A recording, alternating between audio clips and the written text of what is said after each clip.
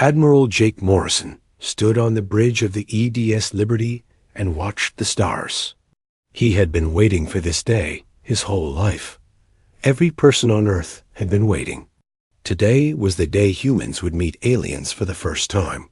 The big screens around the bridge showed empty space. The Liberty was Earth's biggest warship. It was 3 miles long and carried enough weapons to destroy a small moon. Jake felt proud when he looked at it.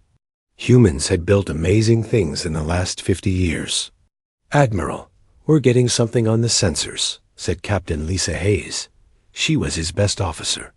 Her fingers moved fast over the computer controls. "It's big, sir. Really big." Jake walked over to her station. The numbers on the screen made his heart stop. How many ships? Lisa checked the numbers again. Her face went pale. 9,900 ships, sir. They're coming fast." The bridge went quiet. Everyone stopped what they were doing. Jake had expected maybe 10 or 20 alien ships. Maybe 50 if they were unlucky. But almost 10,000? That was impossible. "Are you sure about those numbers?" Jake asked. "I've checked 3 times, sir. 9,900 ships. They're bigger than ours. Much bigger." Jake looked at the main screen. He could see tiny dots of light getting closer. Each dot was an alien ship. Each ship was probably full of alien soldiers who wanted to hurt Earth. "Send a message to Earth Command," Jake said. "Tell them what we're seeing." A young officer named Tom Bradley worked at the communication station. His hands shook as he sent the message. Everyone knew this was bad news, that the alien ships kept coming. They were moving faster than any human ship could go. Jake counted the ships in his own fleet. Earth had 847 warships. That sounded like a lot until you compared it to 9,900. "Sir, we're getting a message from the alien ships," Tom said. "Put it on the main speaker." A strange voice filled the bridge.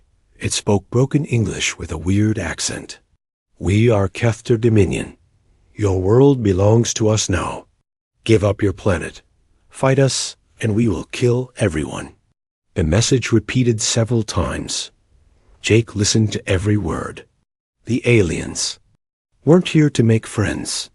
They wanted to take Earth away from humans. "Send a reply," Jake said. "Tell them Earth is not for sale." "Sir, should we call for backup?" Lisa asked. Jake almost laughed. "Backup? This is every ship Earth has. There is no backup. On Earth, billions of people were going about their normal day. They didn't know that death was coming from space." Jake thought about his wife and kids back home. He thought about all the children playing in parks. He thought about old people sitting on porches. All of them would die if the aliens won. "How long until they reach us?" Jake asked. "At their current speed, about 6 hours?" Lisa said. 6 hours. That wasn't much time to save the world. President Danny Walker appeared on a video screen. He was calling from the White House. His face looked tired and scared. "Admiral Morrison, what's the situation up there?" "Bad, sir. We're facing almost 10,000 enemy ships. They want us to surrender Earth." The president was quiet for a long moment. "What are our chances?" Jake didn't want to lie. "Honestly, sir, very bad, but we're going to fight anyway. I understand. I'm going to address the nation in 1 hour. People deserve to know what's happening." The video call ended. Jake looked around the bridge. Every person there knew they were probably going to die today. But nobody was talking about running away. Dr. Amy Foster called from the science lab. She was Earth's expert on alien life. "Admiral, I've been studying their radio signals. I think these aliens have done this before." "What do you mean?" "Their language has words for destroying planets. They have names for 30 different dead worlds. I think they travel around the galaxy, taking planets away from other species." That made Jake angry. These aliens were bullies who picked on weaker species. They probably thought humans would be easy to beat. Keep studying their signals, Doctor. Find me something useful. Jake walked to the big window that looked out into space. He could see the alien fleet now. It looked like a cloud of angry stars coming toward Earth. Each ship was at least twice as big as the Liberty. "Sir, we're getting reports from our scout ships," Tom said. "The enemy fleet is spreading out. They're trying to surround our position." "Smart," Jake said. "They want to make sure we can't run away." "Are we going to run, sir?" asked a young Ensign. Jake turned around and looked at his crew. "Where would we run to? Earth is our home. Our families are down there. If we run, everyone we love dies. So no, we're not running. We're going to fight." The crew nodded. They were scared, but they were ready to fight. Jake opened a communication channel to his entire fleet. "This is Admiral Morrison to all ships. In a few hours, we're going to face the biggest fight in human history. The enemy has more ships than us. Their ships are bigger than ours. They think we're going to be easy to beat. Let's prove them wrong." He paused and looked out at the stars again. "We're fighting for our homes. We're fighting for our children. We're fighting for the future of humanity. Every person who has ever lived on Earth is counting on us. Don't let them down." The alien fleet kept getting closer. Jake knew that in a few hours, the battle for Earth would begin. Captain Tony Rodriguez gripped his chair as the Ed's Defiant shook around him. His ship was leading the first attack on the alien fleet. Behind him, 50 other human ships followed into battle. "Target the biggest ship," Tony told his weapons. "Officer, let's see what these aliens are made of." A Defiant fired its main guns.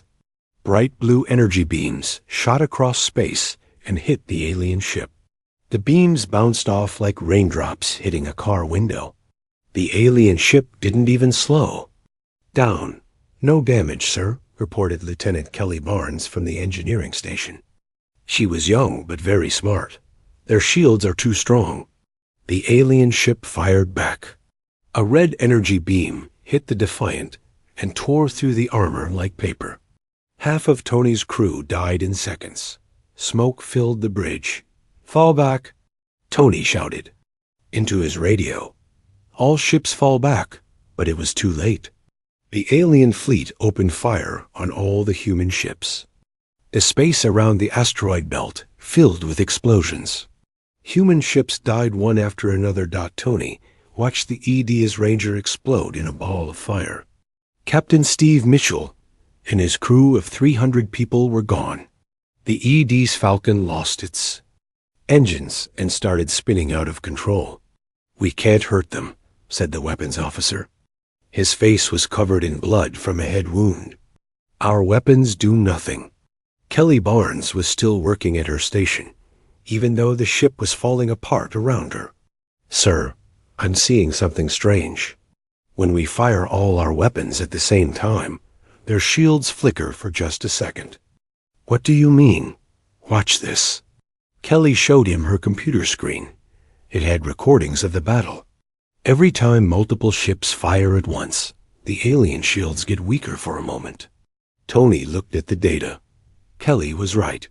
When 3 or more human ships fired together, the alien shields almost disappeared. "Can we use this?" "Maybe. If we time our shots perfectly, we might be able to break through." Tony grabbed his radio. "All ships, this is Rodriguez. I'm sending you some data. We need to fire together at exactly the same time." Most of the human ships were already destroyed or running away. Only 20 ships were left in the first attack group. But 20 ships might be enough. "On my mark," Tony said. 3, 2, 1, fire. 20 human ships fired at the same alien vessel. Their weapons hit the shields at exactly the same moment. The shields flickered and disappeared. The energy beams punched through the alien ships. Armor and hit something important inside. The alien ship exploded. "We got one," shouted the weapons officer. But the celebration didn't last long. The other alien ships turned all their guns on the Defiant. Tony knew his ship was about to die. "Kelly, get to an escape pod," he ordered. "I'm not leaving, sir." "That's an order, Lieutenant. Someone needs to tell Admiral Morrison what we learned." Kelly ran to the escape pods. Just as her pod launched, the Defiant exploded. Tony Rodriguez and the rest of his crew were dead, but their sacrifice had taught humans how to fight back. Kelly's escape pod drifted through space. She watched alien ships chasing the surviving human vessels. The EDS Wolverine was trying to rescue survivors from destroyed ships. Commander Rick Stone was leading a group of small fighter ships in hit-and-run attacks. Rick had figured out the same thing Kelly discovered. His fighters were too small and fast for the alien weapons to hit easily. He led his squadron close to an alien cruiser and fired all their weapons at the same spot. The alien ship's shields failed. Rick's fighters flew through the gap and fired missiles into the ship's engines. The alien cruiser exploded, taking 2 nearby ships with it. "This is Stone to all fighters," Rick said over the radio. "We could hurt them. Use coordinated attacks. Hit them fast and get out." But the alien fleet was learning too. They started using smaller weapons that could hit the human fighters. Rick watched half his squadron get shot down in minutes. Admiral Morrison's voice came over the radio. "All ships retreat to Mars. We need to regroup." The first battle was over. Humans had destroyed only 12 alien ships. The aliens had destroyed over 200 human ships. But humans had learned something important. The alien shields could be beaten. Kelly's escape pod was picked up by the EDS Patriot. Captain Sarah Kim welcomed her aboard. "What did you learn out there, Lieutenant?" Kelly explained about the shield frequency. "If we can get enough ships to fire together, we can break through their defenses." Sarah nodded. "We'll pass this information to Admiral Morrison. Your captain died to learn this. We won't let his sacrifice be wasted." On the alien flagship, the Kethter commander was not happy. He had expected to destroy all the human ships without losing any of his own. But the humans had figured out how to hurt them. "These humans are smarter than the others," he told his second in command. "The last 30 species we conquered never learned to coordinate their attacks. Should we change our shield frequency?" "No, it would take too long to reprogram all our ships. Besides, look how many of them we killed. They only have a few hundred ships left. We still have over 9,000. The commander was right. Humans were badly outnumbered. But they had something the aliens didn't expect. They refused to give up back on the Liberty. Admiral Morrison studied the battle reports. Kelly Barnes was brought to the bridge to explain her discovery. Dr. Amy Foster was there too, studying alien radio signals. "The shield weakness is real," Kelly explained. "But we need perfect timing. If even one ship fires too early or too late, it won't work."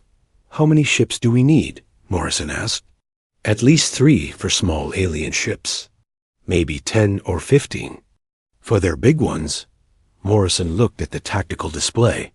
His fleet was spread out around Mars. He had less than 600 ships left.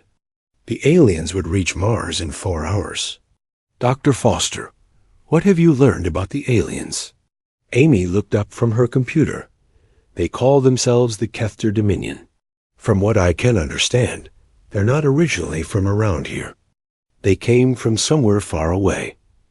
Why are they attacking us?" "I'm not sure yet, but I think they're running from something. Some of their radio chatter mentions the hunger and the endless dark. It sounds like they're afraid of something." Morrison nodded. "Keep working on it. Maybe we can use their fear against them." The Admiral looked out at Mars. The red planet hung in space like a drop of blood. Soon it would be the site of the biggest battle in human history. "All ships. This is Morrison," he said over the fleet radio. "We hurt them in the first battle, We proved they can be beaten. Now we're going to prove that humans don't give up easily. The alien fleet was getting closer, but humans were ready for round 2. The space around Mars looked like hell.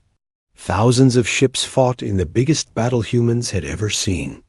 Red laser beams and blue plasma bolts crossed the darkness between the planets.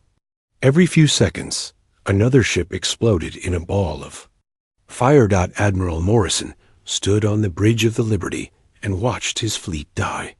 The coordinated attacks were working, but not fast enough.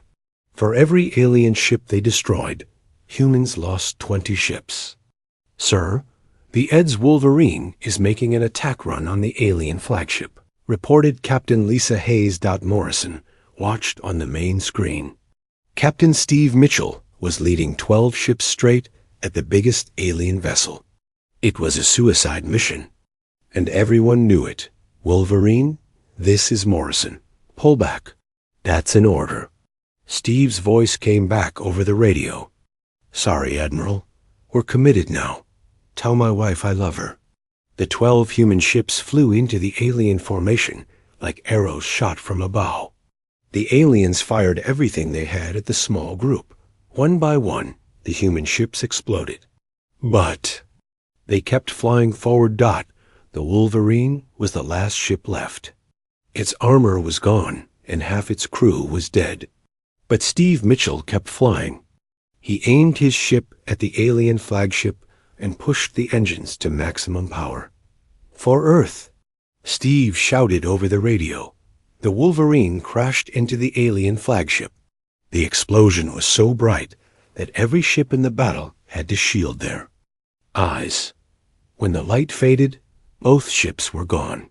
The alien flagship is destroyed, Lisa reported. But we lost the Wolverine and 11 other ships. Morrison felt sick. Steve Mitchell had been his friend for 20 years. Now he was dead, along with thousands of other good people. But Steve's sacrifice had created an opening in the alien formation. Commander Lisa Grant saw the chance and took it. She led a wing of bomber ships through the gap. This is Grant, too. All bombers. Follow me through the hole. We're going to hurt them bad. Lisa's bombers flew past the alien defense line and attacked the ships in the back. These ships weren't ready for battle. Some didn't even have their shields up. The human bombers destroyed dozens of alien vessels before the enemy could react. The aliens adapted quickly.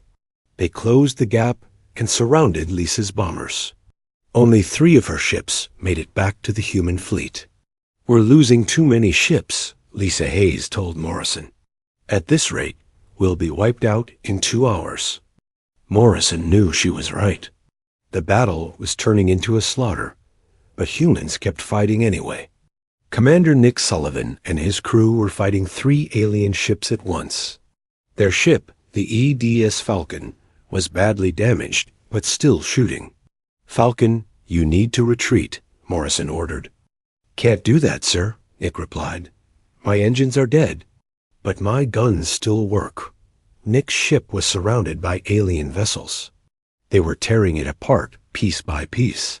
Finally, Nick made a decision. He aimed his ship at the nearest alien vessel and fired his engines one last time. The Falcon rammed into the alien ship. Both vessels exploded together. Nick Sullivan and his crew died, but they took 300 alien soldiers with them. Dr. Amy Foster was still working in the science lab while the battle raged around her. She had been studying pieces of destroyed alien ships. What she found made her excited and scared at the same time. Admiral, I need to talk to you right away, she said over the intercom. I'm kind of busy right now, Doctor. This is important, sir. The aliens aren't here by choice. They're refugees. Morrison was confused. What do you mean?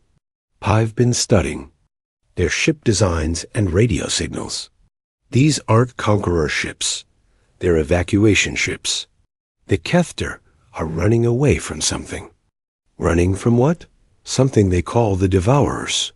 From what I can understand, the Devourers destroyed the Kethter home worlds. The Kefter have been looking for a new planet to live on for hundreds of years. Morrison thought about this while he watched another human ship explode. So they want to take Earth because they need a home? That's what I think. But there's more. The Devourers are still out there. They're still hunting the Kefter. If the Kefter settle on Earth, the Devourers will come here too. This was bad. News on top of bad news. Even if humans won this battle, something worse was coming. Keep studying, Doctor. Maybe you can find a way to talk to them. The battle kept getting worse for humans. They were down to less than 200 ships. The aliens still had over 8,000. But the humans weren't giving up. Lieutenant Kelly Barnes had been transferred to the Liberty after her old ship was destroyed. She was working on a new plan to hurt the aliens more effectively. Admiral, what if we don't try to fight all their ships at once? She suggested. What if we pick off small groups? Explain. The aliens are confident now. They think they've already won. Some of their ships are breaking formation to attack Earth directly. If we can trick them into spreading out, we can destroy them in small groups. Morrison liked the idea. What do you have in mind? We pretend to retreat toward Earth. Make them think we're running away in panic.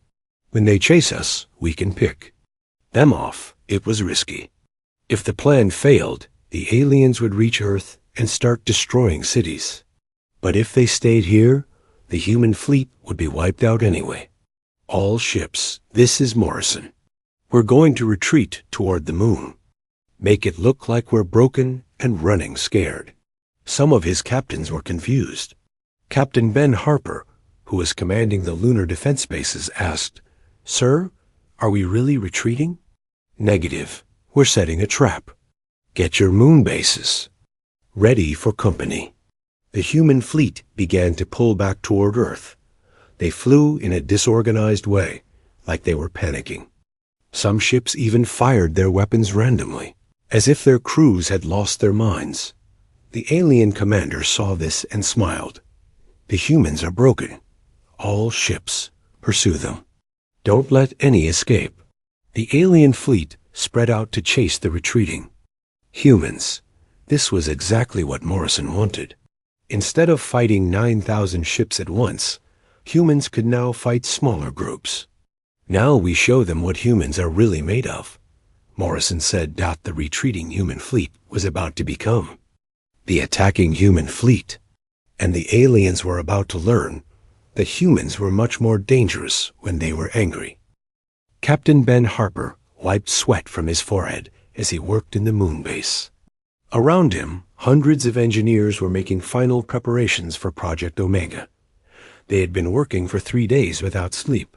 How much longer? Ben asked his chief engineer. 20 minutes, sir. Maybe 30 if we're unlucky. Ben looked at the main screen. The human fleet was getting closer to the moon. Behind them came thousands of alien ships.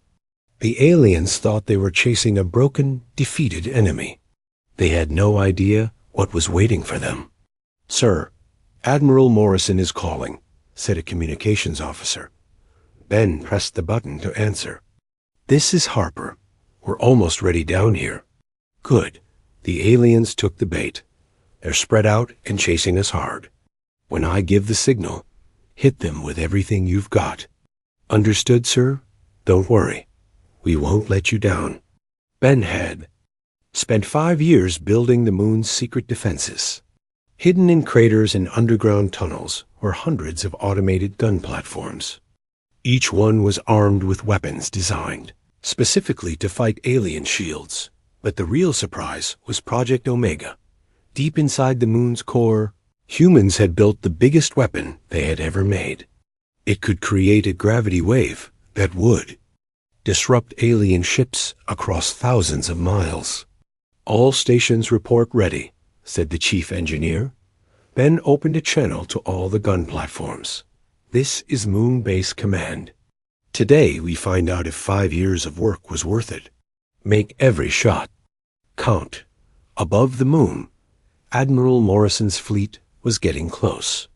The human ships looked beaten and desperate. Some of them were leaking air and firing their engines randomly. It was a perfect act.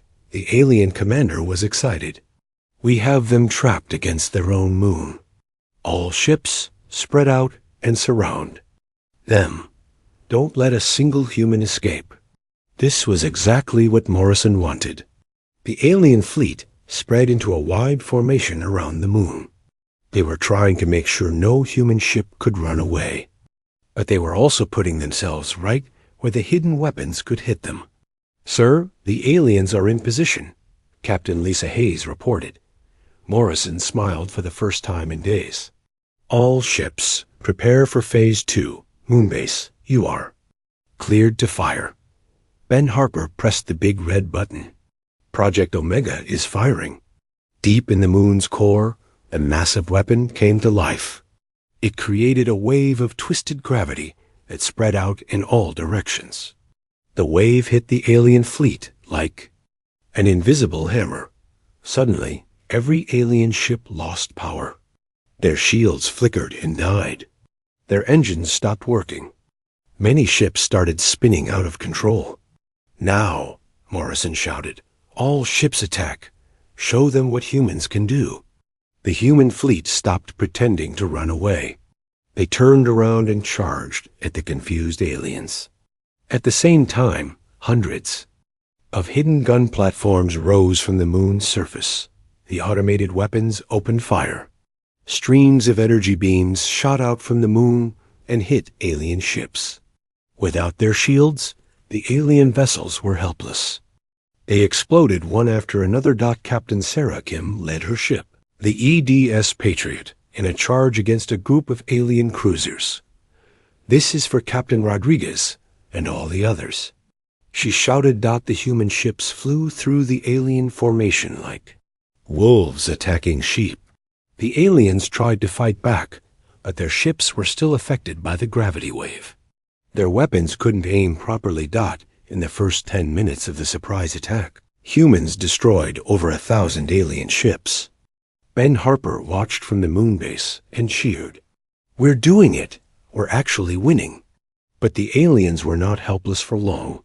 Their ships started to recover from the gravity wave. Shields came back online. Engines began working again. The alien commander was furious. "All ships, attack the moon. Destroy their weapon." The surviving alien ships turned their guns on the moon. Energy beams and missiles rained down on the lunar surface. Many of the hidden gun platforms were destroyed. The moon base shook as explosions rocked the underground tunnels. "Sir, we're taking heavy damage," reported the chief engineer. "They're trying to break through to the main reactor." Ben knew they couldn't hold out for long. "Keep Project Omega firing as long as possible. Every second counts." Above the moon, the space battle was getting more intense. The human fleet was fighting better than ever before. They used the lessons learned in earlier battles. Small groups of ships worked together to break alien shields.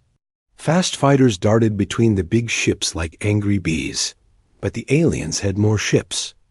Even after losing 1,000 vessels, they still outnumbered humans 5-1.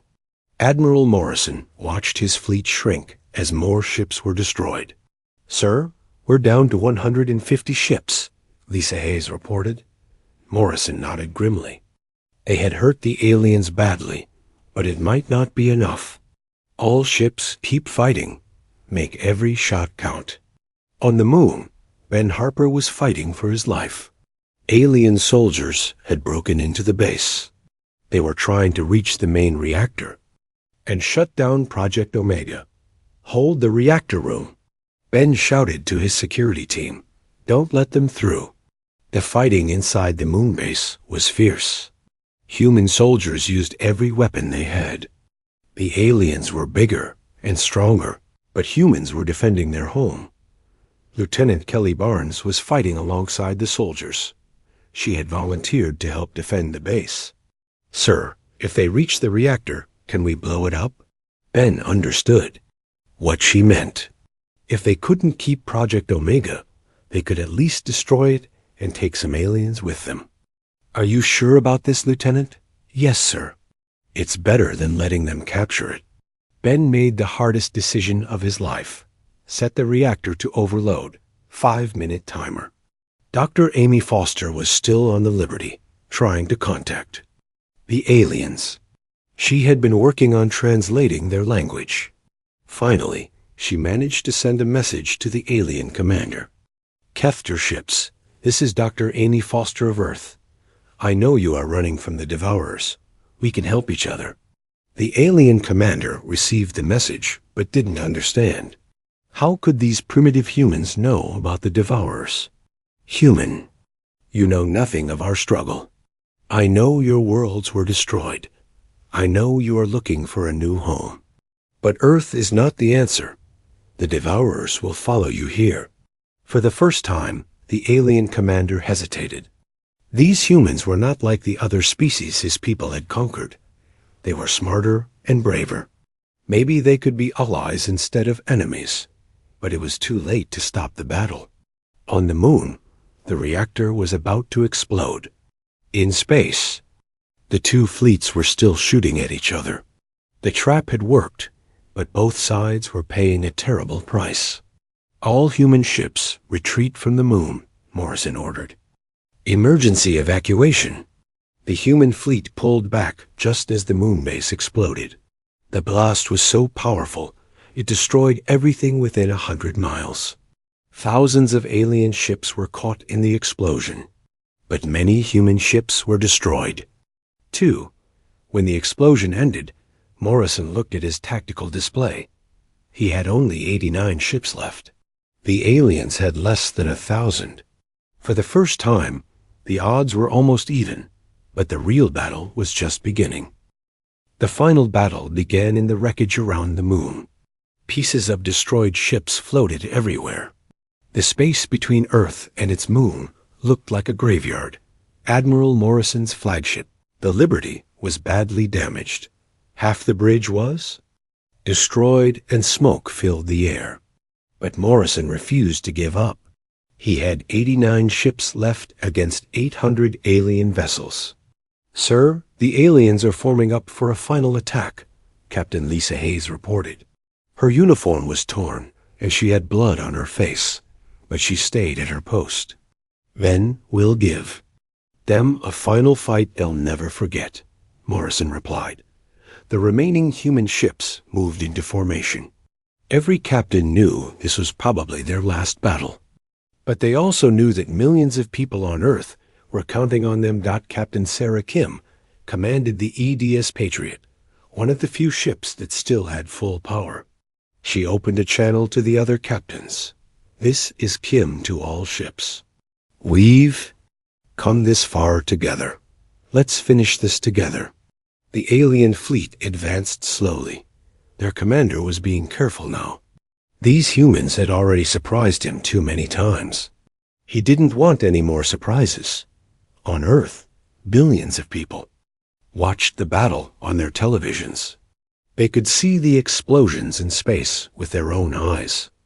Everyone knew that if the human fleet lost, Earth would be next. Dr. Amy Foster was still trying to contact the aliens. She had learned more of their language during the battle. Now she understood something important about the Kefter. Admiral, I need to broadcast a message to both fleets, she said. Doctor, we're in the middle of a battle, Morrison replied.